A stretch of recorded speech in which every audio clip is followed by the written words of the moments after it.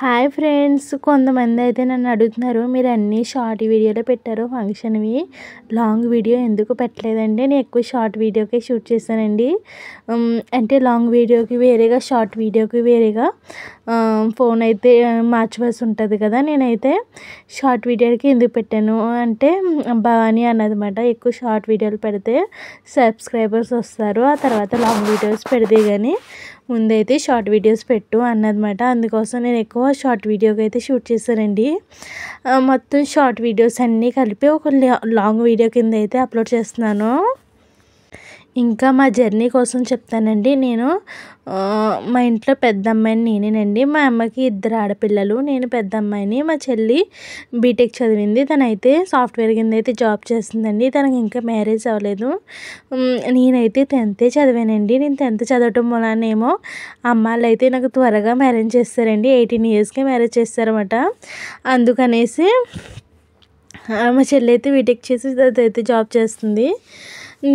మా ఇంట్లో అందరికంటే నేను తక్కువ చదివాను చెప్పాలంటే.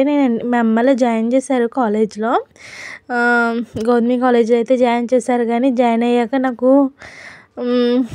కొంచెం ఎందుకో కొన్ని కారణాల వల్ల అయితే నేను మానేవలసి వచ్చింది. వెళ్ళలేదన్నమాట. అడ్మిషన్ ఫీజు కూడా కట్టి ఫస్ట్ డే వెళ్ళానండి. సెకండ్ డే నుంచి ఇంకైతే మానేశాను. ఇంకా అయితే నేను 10th అయిన 2-3 yearsకి అయితే అమ్మాళ్ళు నాకు మ్యారేజ్ చేసేసారు. ఇంకా నేను అనుకోలేదండి, కల్లో కూడా అనుకోలేదు ఇంత దూరం వెళ్తానని. నాకు అసలు ఇంట్రెస్ట్ కూడా లేదు, వెళ్ళాలని లేదు. కానీ ఇంకా మన దేవుడు మన తలరాతలో ఏది రాస్తే జరుగుతుంది అంటారు కదా. నాకు ఇంత దూరం వెళ్తానని ఎప్పుడూ అనుకోలేదు, కానీ వెళ్ళవలసి వచ్చిందండి. ఇంకా నాకు అత్తమాట ఫీల్ అవుతానండి, అమ్మ కూడా ఫీల్ అవుతుంది. ఎందుకంటే ఏ ఫంక్షన్కి అటెండ్ అవ్వను, ఇంకా మన వాళ్ళందరినీ వదిలేసి దూరంగా ఉంటే నాకు కూడా ఇబ్బందిగానే ఉంటుంది.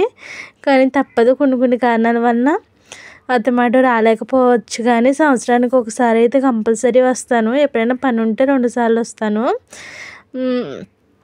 అప్పుడు డాడీకి ఒంట్లో బాగాలేదు, హాస్పిటల్లో పెట్టినప్పుడు కూడా నేను రాలేదండి.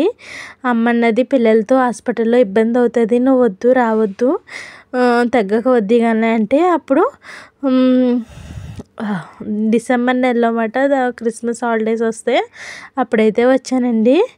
నిజంగా నాకు అనిపిస్తుంది, దగ్గరగా ఉంటే నేను అన్నీ చూసుకుందును కదా, ఇక్కడ ఉందును కదా అనేసి దూరంగా ఉంటాను. నాకు ఇది ఒక మైనస్ పాయింట్ అయిందండి.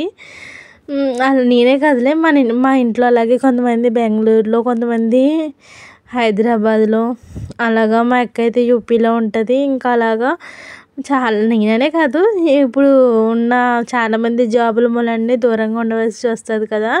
అందుకనే అమ్మ ఒకటి ఫిక్స్ అయిపోయిందండి, మా చెల్లికి అయితే దూరం అసలు చేయను, దగ్గరలోనే చేస్తాను అనేసి అన్నమాట ఫిక్స్ అయిపోయింది అన్నమాట.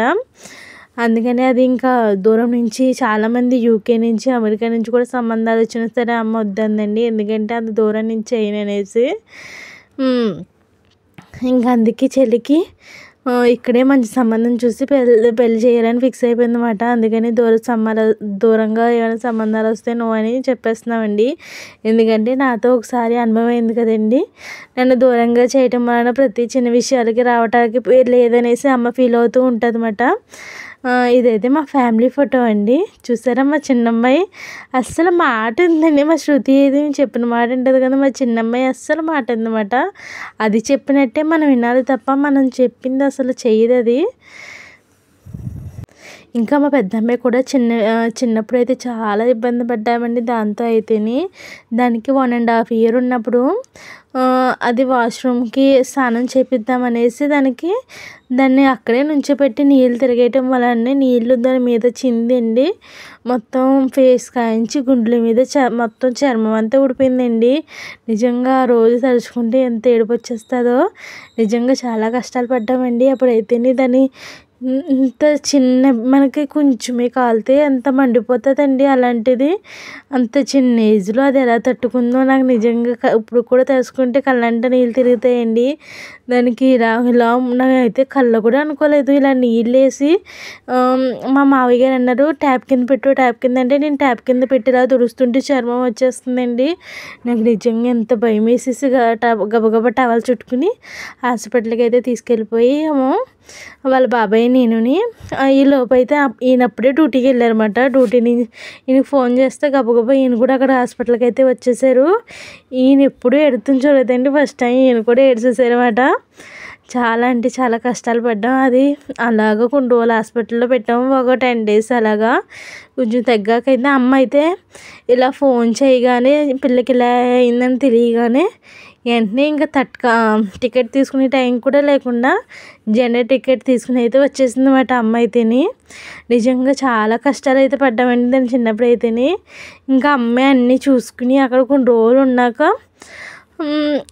కొంచెం ట్రీట్మెంట్ అంతా అయిపోయాక అయితే ఇక్కడ తీసుకొచ్చేసి మళ్ళీ ఇక్కడ కొన్ని రోజులు ఉండి కొంచెం తగ్గాకైతే అప్పుడు వెళ్ళానండి. నిజంగా మా అమ్మ మాకు కష్ట సుఖాల్లో అన్నీ తోడుగా ఉండి బాగా చేస్తుందండి.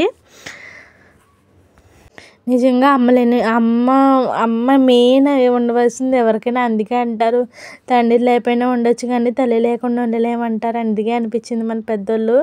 నిజంగా తల్లులు నిజంగా ఎంతో మన కోసం ఇచ్చేస్తారు కదండి. నిజంగా గ్రేట్ అండి. నిజంగా అప్పుడైతే నాకు మా శృతి విషయంలో అయితే చాలా, అదే కాకుండా దానికైతే చిన్నప్పటి నుంచి చాలా ఎక్కువ కొంచెం 5 years వచ్చే వరకు దాంతో మేము చాలా ఇబ్బందులే పడ్డాము. ఇంకా చిన్నమ్మాయి అయితే పర్లేదులేండి. ఇంకా అలాగైతే మా జర్నీ అయితే స్టార్ట్ అయిందన్నమాట. దాన్ని ఇంకా వాళ్ళ స్కూల్లో వేసాకైతే ఇంకా అస్సలు ఎక్కడికి ఇంకా అంతకుముందు అయితే వచ్చేవాళ్ళమండి. కొంచెం మే నెలలో కాకుండా మధ్యలో అలాగ వచ్చి వెళ్తూ ఉండేవాళ్ళం. కానీ ఇంకా స్కూల్లోకి వేసాకైతే ఇంకా ఓన్లీ సమ్మర్ హాలిడేస్కే వస్తూ స్టార్ట్ అయిందండి. ఇంకా మా వారు గురించి చెప్పాలంటే మా వారళ్ళు 3 అక్క చెల్లెళ్ళు, 2 అన్న తమ్ముళ్ళండి. మా అత్తగారు అయితే లేరు, ఆఫ్ అయిపోయారు. అంటే వాళ్ళు చిన్నప్పుడే వాళ్ళ పెద్ద అమ్మాయికి మ్యారేజ్ అయ్యి ఒక బాబు పుట్టి వరకు ఉన్నారన్నమాట. తర్వాత అయితే కొన్ని హెల్త్ బాగోక ఇంకా ఎక్స్పైర్ అయ్యారండి. తర్వాత అయితే మా మావయ్య గారు అయితే ఇంకా 2 మ్యారేజ్ కూడా చేసుకోకుండా పిల్లల్ని అయితే అలాగా పెంచుకుని ఇంకా వాళ్ళ మ్యారేజ్లు అయ్యి ఆడపిల్లల మ్యారేజ్ అయ్యాక ఇంకా మా మ్యారేజ్ అయితే చేశారన్నమాట. ఇంకా మా వారు కూడా మా అత్తయ్య వాళ్ళ అక్కగారు అబ్బాయి అండి. అంటే మా అమ్మ వాళ్ళ అన్నయ్య ఉన్నారు కదా, వాళ్ళ వైఫ్ అంటే మా అత్తయ్య వాళ్ళ సొంత అక్క అండి. వాళ్ళ అబ్బాయి అన్నమాట. దగ్గర అనేసి పిల్లోడు మంచోడు చెయ్యి అనేసి అమ్మని అడిగితే అమ్మ ఓకే చెప్పేసిందండి. నేను ఇంకా వయసులో నాకు ఏం తెలియదు, ఎస్ అన్నా నో అన్నా అసలు ఇంకా ఏమీ తెలిసేది కాదు. ఇంకా మా అమ్మ ఏ చెప్తే అయ్యే చేసిందండి. ఇంకా అలాగైతే అయిపోయిందండి. ఇప్పుడు అనుకుంటాను నా ఏజ్ వాళ్ళకి ఇంకా మ్యారేజ్ కూడా అవ్వలేదు, నాకు ఇంత పెద్ద పిల్లలు అనేసి. ఇంకా మా ఊర్లో అయితే ఇప్పుడు వెళ్ళి చూస్తే మా క్లాస్ వాళ్ళకి ఇంకా మ్యారేజ్ కూడా అవ్వలేదండి. అలా ఉంటుంది అన్నమాట. ఇంకా ఏం చెప్తాం, మన దేవుడు ఎక్కడ రాసి పెట్టుంటే అక్కడ అది కూడా ఏ టైం అవ్వాలో దేవుడు ముందే రాస్తారంటారు కదా. ఏమో మరి అవన్నీ నేనైతే అంత ఇదిగా నమ్మను దేవుడు రాసి పెడతాడనేసి. కానీ నా విషయంలో మటుకి నేను నిజంగా ఇంత దూరం వెళ్తానని ఎప్పుడు అనుకోలేదు. నిజంగా దేవుడు రాశాడా ఏంటో నాకు తెలియదు కానీ ఇంకా అలాగైతే అయిపోయిందండి. అప్పుడు అనిపిస్తుంది అన్నమాట, నేను కూడా చదువుకుని ఉంటే అమ్మాయిలు నాకు కూడా కొంచెం లేట్గా మ్యారేజ్ చేసేవారు కదా, నేను కూడా అందరిలా జాబ్ చేసుకునేదాన్ని కదా అని ఫీల్ అవుతూ ఉంటాను అన్నమాట. ఇంకేం చెప్తామండి, ఇంకా అయిపోయింది, ఇది మళ్ళీ తిరిగి రాదు కదా. ఇంకా మా వారైతే సివిల్ అపార్ట్మెంట్స్ కడతారు కదండి, అందులో సూపర్వైజర్ కింద చేస్తారన్నమాట. పర్లేదు, మాకు ఇక్కడ ముంబైలో అయితే ఓన్ ఫ్లాట్ ఉంది, అది మా మావయ్య గారిది అన్నమాట. ఇంకా మాకు అంత ఇబ్బంది ఏం లేదు, మాకు దేనికి లోటు లేకుండా అయితే ఈయన చూసుకుంటారు, అన్నీ బాగానే ఉన్నాయి. ఇంకా అత్తమాటు వస్తాకు ఉండేది తప్ప మిగతా అన్నిటికి అయితే పర్లేదండి. మా చెల్లి అయితే ఏ ఉంటాయి కదండి ఇలాగా దీపావళి, సంక్రాంతి ఇలాంటి పండగలకి రావట్లేదని అది చాలా ఫీల్ అవుతుంది. ఎందుకంటే అందరూ ఇంకా మ్యారేజ్ అయిన వాళ్ళు పుట్టింటికి వచ్చి ఇలాగ పండగలకి వచ్చి వెళ్ళటం అలా ఉంటుంది. మన ఇంట్లో ఎందుకు అక్క రాదు అనేసి అది ఫీల్ అవుతూ ఉంటుంది అన్నమాట. ఇంకా అలాగైతే అయిపోయింది. ఇంకా మళ్ళీ మరీ ఇలాగ పండగలకు వచ్చి అంత దగ్గర కాదు కదండి, రావటానికైతే కుదరదు. ఇంకా స్కూల్స్ అవి ఉంటే అదే టైంలో ఎగ్జామ్ కూడా ఉంటుందండి వాళ్ళకి, అందుకనేసి గమ్ముని రావడానికి అయితే కుదరదు అన్నమాట. చెల్లి అయితే వెళ్తుందండి, ప్రతి పండగలకి వెళ్తుంది అమ్మాళ్ళ ఇంటికి. సంక్రాంతికి, దీపావళికి, వినాయక చవితికి అన్ని పండగలకి అయితే అది వెళ్తుంది. నేనే వెళ్ళనమాట. చూద్దాం, పిల్లలు కొంచెం పెద్ద అయ్యాక నేను కూడా వెళ్తానండి. ఎందుకంటే నాకు చాలా ఇష్టం అలాంటి పండగలకి వెళ్ళి రావడం, అందరితో టైం స్పెండ్ చేయడం నాకు చాలా ఇష్టం అండి నిజంగా. ఫీల్ అవుతూ ఉంటాను నేను దూరంగా ఉన్నందుకు ఇలాంటి విషయాల్లో అయితేనే. ఇంకా మా పిల్లలతో జర్నీ చేయటం అంటే మహా డేంజర్ అండి. మా శృతి అయితే పర్లేదు, మా పెద్ద అమ్మాయి. మా చిన్న అమ్మాయితో జర్నీ చేయాలంటే చుక్కలు చూపిస్తుందండి. ఎంత ఏడిపిస్తుందంటే, ట్రైన్లోకి వచ్చినాయల్లా అవి అంటది, ఇవి అంటది, అవి తినదు, ఆ సంగతి పక్కెట్టిన చాలా అల్లరి అయితే చేస్తుంది అన్నమాట. ఇప్పుడు ఇంకా పర్లేదు, చిన్నప్పుడైతే ఇంకా ఏడిపించేసేదండి. ఇంకా పిల్లలు కొంచెం పెద్ద అయ్యాకైతే నేను కూడా అన్నీ చేసుకోవచ్చు అందరిలాగానే. ఇంకా పిల్లలు పెద్దోళ్ళు అయితే వాళ్ళు ఇక్కడ వదిలేసైనా వెళ్ళిపోవచ్చు కదా, ఒక్కదాన్నే జర్నీ చేయొచ్చు. లేకపోతే వాళ్ళతో జర్నీ అంత ఇబ్బంది ఉండదు. చిన్నపిల్లలతో జర్నీ చేయాలంటే పడేవాళ్ళుగా తెస్తుందండి, చాలా మామూలుగా ఉండదు, చాలా ఏడిపిస్తారు అన్నమాట. ఇంకా మా చిన్న అమ్మాయిని కూడా స్కూల్లో వేసేసాక అయితే నేను స్కూల్ టైమింగ్ అండి, మా పిల్లల స్కూల్ టైమింగ్ చెప్తే మీరు షాక్ అవుతారు. ఇప్పుడు మా శృతి అయితే మొన్నటిదాకా మధ్యాహ్నం స్కూల్ వెళ్ళేది, ఇప్పుడు 5th వెళ్ళింది కాబట్టి మార్నింగ్ స్కూల్ అయిపోయిందండి. మార్నింగ్ 7కి వెళ్ళి ఆఫ్టర్నూన్ 1 o'clock వస్తుందండి, 1:10కి మాట. మా చిన్నమ్మాయి అయితే 1:15 వెళ్ళి 6కి వస్తుందండి. మా శృతి అయితే 1 o'clock వస్తుందని చెప్పాను కదా, వచ్చి భోంచేసి కొంచెం హోంవర్క్ చేసుకుని 5కి అయితే ట్యూషన్కి వెళ్తుంది. ట్యూషన్కి వెళ్ళి అది వస్తుంది 7:30కి వస్తుంది. మా చిన్న అమ్మాయి 6 స్కూల్ నుంచి వస్తుంది. 6కి వచ్చి కొంచెం తిని తాగి దానికి హోంవర్క్లు ఏమైనా పనులు చేసుకుని 7 o'clock కల్లా ట్యూషన్కి వెళ్తుంది. మళ్ళీ 9కి వస్తుంది, ఇది 8:30 9 కల్లా వస్తుంది అన్నమాట. వచ్చాక అప్పుడు అన్నం తినిపించుకుని వీళ్ళకి ఇల్లు క్లీన్ చేసుకుని, సామాన్లు తోముకుని, బట్టలు ఏమైనా ఉంటే మడతెట్టుకుని, అలాగా ఇంటి పని చేసుకున్నప్పటికీ 11:30 అయిపోతుందండి. ఇంకా అలాగే మళ్ళీ పొద్దున్నే ఏమి టిఫిన్కి చేయాలి, మళ్ళీ ఏం కూర వండాలి ఆలోచించుకుని, అన్నీ ఏమైనా ముందుగా వెజిటేబుల్స్ పొద్దున్నే అన్నీ కట్ చేయటానికి ఉండదు కాబట్టి నైటే కట్ చేసేసుకుని ఫ్రిడ్జ్లో అయితే పెట్టేసుకుంటాను అన్నమాట. అలాగా కొంచెం ప్రాసెస్ అయితే ఎక్కువగానే ఉంటుంది కదా. ఆడవాళ్ళు చాలామంది మగవాళ్ళు ఏమంటారంటే, ఇంటికాడే ఉంటావు కదా పని ఏముంది అంటారు, కానీ అసలు ఇంట్లో ఆడవాళ్ళు చేసిన పని నిజంగా చేయడం చాలా కష్టం అండి. పిల్లలతో ఇంకా ఇంటిని వంట పని చాలా కష్టం కదండి. పైవాళ్ళు తేలిగ్గా తీసేస్తారు కానీ ఏముంటుంది ఇంటికాడ పని అనేసి. చాలా హౌస్ వైఫ్ అంటే నిజంగా 1,00,000 రూపాయలు జీతం ఇచ్చినా సరే తక్కువేనండి మనం చేసే పనులకైతేనే.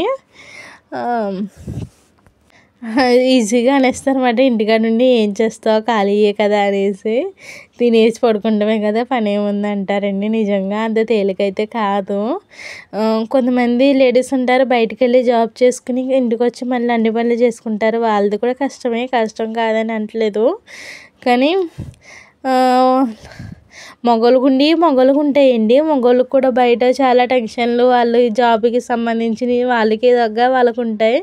కానీ అట్లా మనం ఆలోచించే విధానం ఎవరిని తక్కువ చేసి అస్సలు మాట్లాడకూడదండి.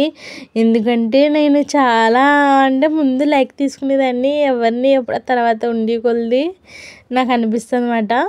మరి ఎవరినైతే తక్కువ చేస్తామో వాళ్ళే ఎదిగి చూపిస్తారండి, ఇది మటుకు కరెక్ట్ అండి. అందుకని మన లైఫ్లో ఎవరిని తక్కువ చేసి మాట్లాడకూడదు, ఎవరిని తక్కువగా అస్సలు చూడకూడదండి. ఇంకా మనల్ని మనం తక్కువ చేసుకోవచ్చు, కానీ ఎదుటి వాళ్ళని ఎప్పుడూ తక్కువ చేసి మాట్లాడకూడదండి. నేనైతే ఇది నేర్చుకున్నాను. మా చిన్నమ్మాయి అలాగే మా ఫ్లోర్లో ఉన్న ఒక అతన్ని అలాగే కొంచెం వంకరగా నడుస్తారని అలాగే ఎగతాళి చేసేదండి. అప్పుడు నేను చెప్పాను అన్నమాట, ఎందుకంటే నేను చిన్నప్పుడు అలాగే చేసేదాన్ని. నిజంగా ఎవరిని ఎప్పుడు అలా అనకూడదమ్మా, తప్పు, ఎవరిని తక్కువ చేసి మాట్లాడకూడదు, అసలు అలా అనకూడదు అని చెప్తూ ఉంటాను అన్నమాట. ఎందుకంటే అది మనకి చెప్తా అంటారు కదా, దేనికైనా కాలమే సమాధానం ఇస్తుందని. ఎందుకంటే మన అనుభవం మనకు నేర్పుతూ ఉంటుంది అన్నమాట. ఎవరిని ఎప్పుడు తక్కువ చేయకూడదు. ఈ రోజుల్లో అయితే అస్సలు చేయకూడదండి. ఇన్నాళ్ళు పొయ్యి తిరిగి వచ్చేదంటే ఇప్పుడు ఇన్నాళ్ళు ఇల్లు తిరిగి వచ్చేదంటే ఇప్పుడు పొయ్యే తిరిగి వస్తుందని సామెత అయితే ఉంది కదండి. అదైతే నిజమేనండి. అందుకనేసి మన లైఫ్లో అయితే ఎవరిని తక్కువ చేసి మాట్లాడకూడదని నేనైతే నేర్చుకున్నాను అనమాట. ఫస్ట్లో అయితే నేను అలా అనుకునేదాన్ని, కానీ ఇప్పుడైతే నేర్చుకున్నాను.